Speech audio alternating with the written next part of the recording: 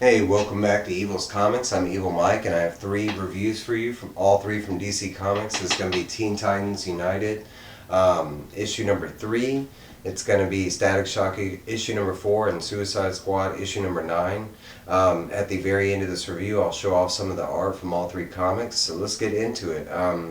First off, with Teen Titans United, it's going off like someone stealing DNA from the Teen Titans, and the Teen Titans trying to figure out who's doing it. The last issue, Connor had got kidnapped, and this is directly kind of where we pick up on this one. They show us that Blackfire was the one that kidnapped Connor, and she's basically like dissecting his DNA, stating that he's best of both worlds, like Kryptonian and human.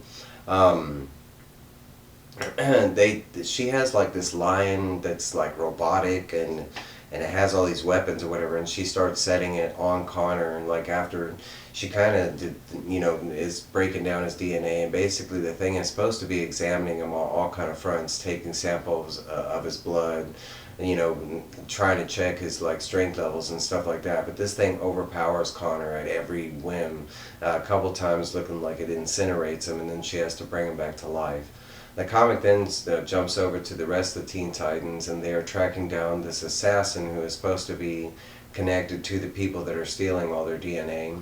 As they are approaching the assassin at an airport, it's Red Hood, Donna Troy, and Raven. She kind of sends these 2 lackeys and tells them to like activate basically, and they turn into Beast Boy looking like wolves, and start attacking the Teen Titans. The assassin jumps in his plane, takes off. Red Hood ends up like grappling onto the plane, hanging off the plane as it's flying away. Eventually Donna Troy has to step in, and she lassos the plane to the ground. While all this was going on, Raven was dealing with the 2 wolves, and Nightwing's kind of in all their ears, trying to figure out what's going on back at Teen Titan headquarters. And Raven eventually gets tired of him asking and sends the 2 wolves through a portal to Nightwing. And Nightwing eventually knocks out the guys, realizing that they're just grunts, and that they really can't get any information from those 2 guys. So they basically take the assassin in custody, and it looks like they're taking her back to, like Teen Titans Tower, and that's where this issue leaves off. Next up, we got Static Shock, Season 1. This is issue number 4. And this catches up directly where the last issue left off. We had this group that, is like tracking down and recruiting bang babies is what they're being called.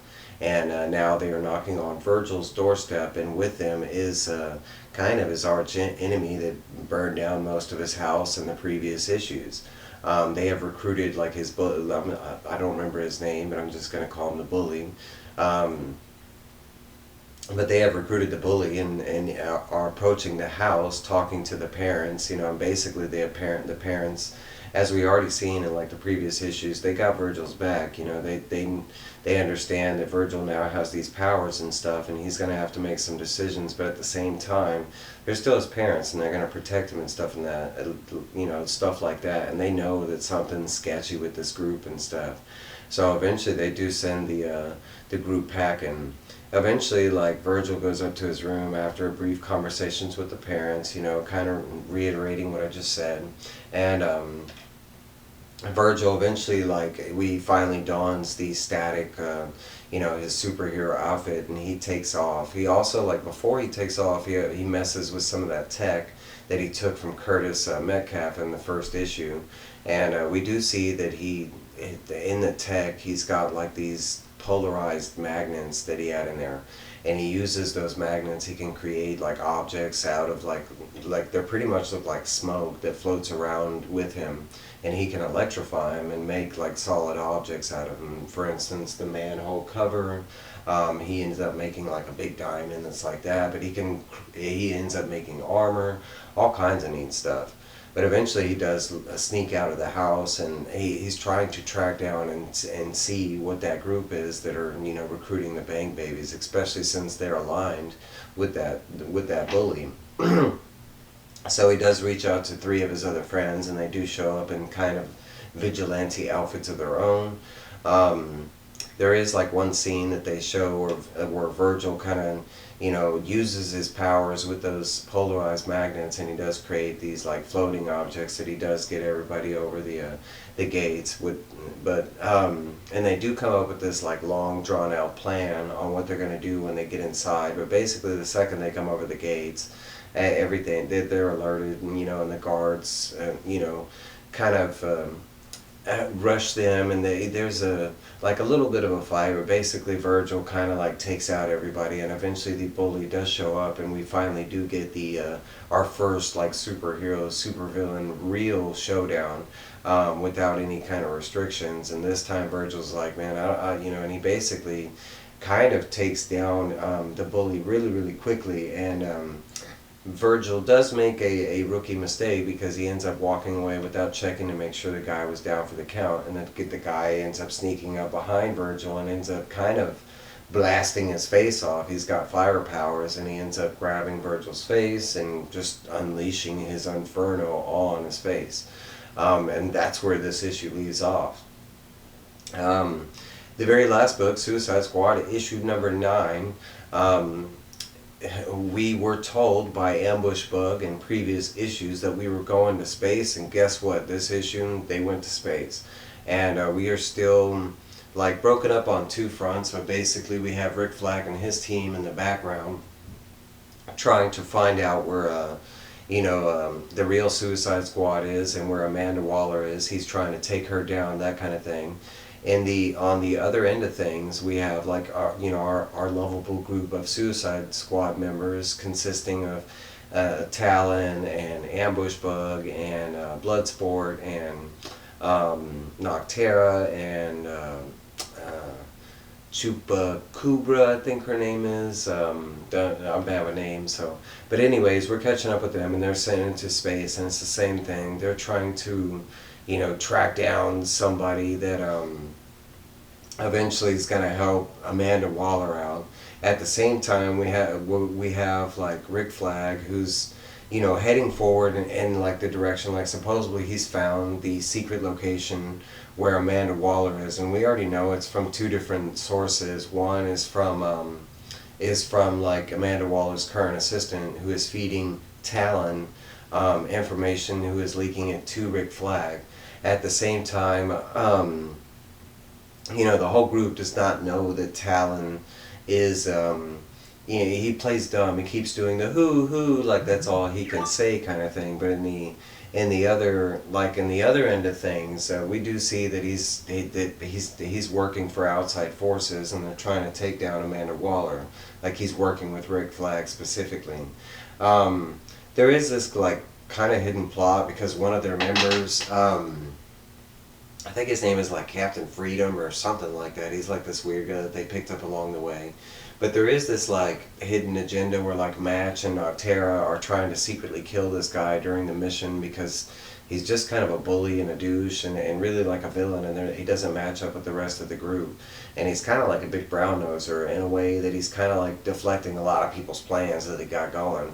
But eventually during the space mission, we do find out the person that they were after. We don't know a lot about this individual. He looks kind of badass. It's just like an astronaut, but where the head would be, it's just like a floating bird skull that's in the mask. And him and Ambush Bug, they do have like kind of a conversation, and Ambush Bug's like, look, we gotta go, and they end up kind of grabbing him and teleporting him out, getting him back to Waller basically.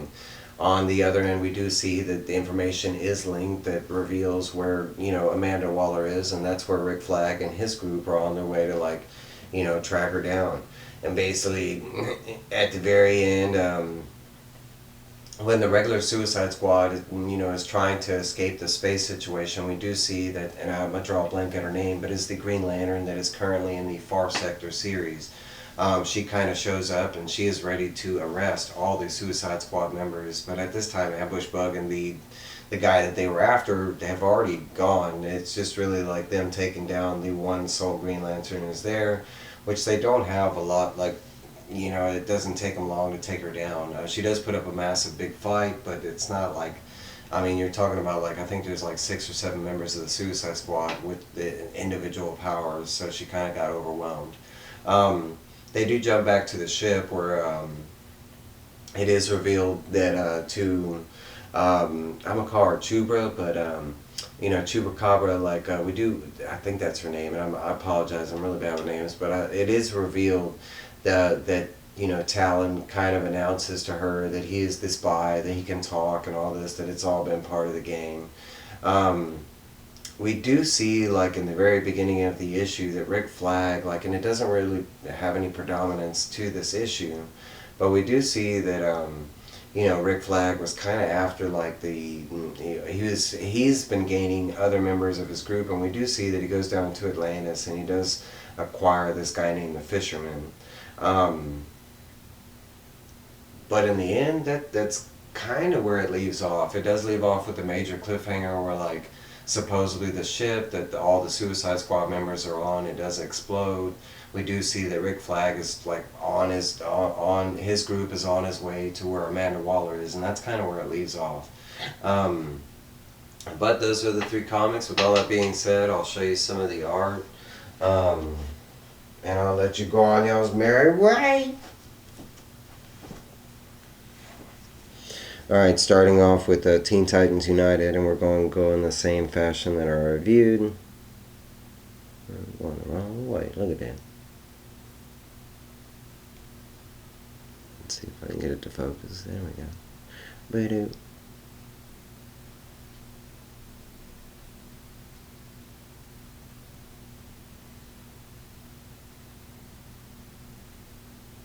Has that, like, lion-looking thing that attacking Connor,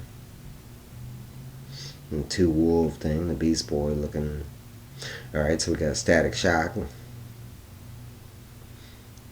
This is kind of a little backwards, but I'm just showing you off the art, and the art in Static Shock is beyond phenomenal. I love the art in this. I mean, out of all 3 of these, Static Shock is definitely the better book. It has been the whole way through.